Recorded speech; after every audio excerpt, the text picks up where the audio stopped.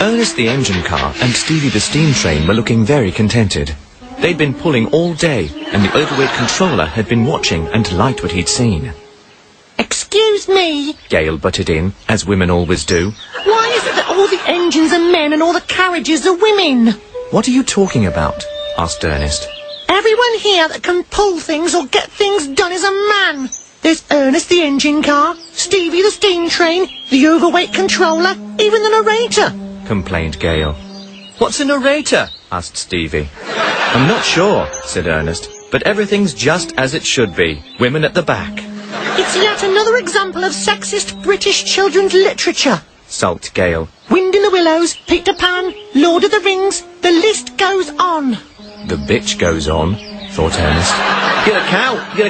Your account of British literature's flawed, said Stevie, who always stuttered badly at inappropriate moments.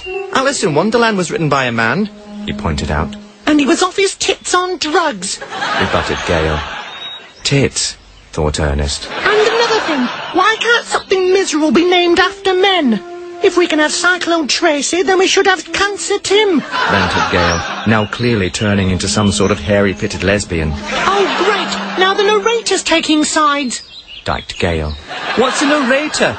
asked Stevie. I'm not sure, said Ernest, but I think that he's even more powerful than the overweight controller. I bet if he said, and with that the whiny-leso-bitch shunted off back to whiny-leso-town where she belonged, the whiny-leso-bitch would shunt off back to whiny-leso-town where she belongs. And with that, the whiny-leso-bitch shunted off back to whiny-leso-town where clearly she belonged.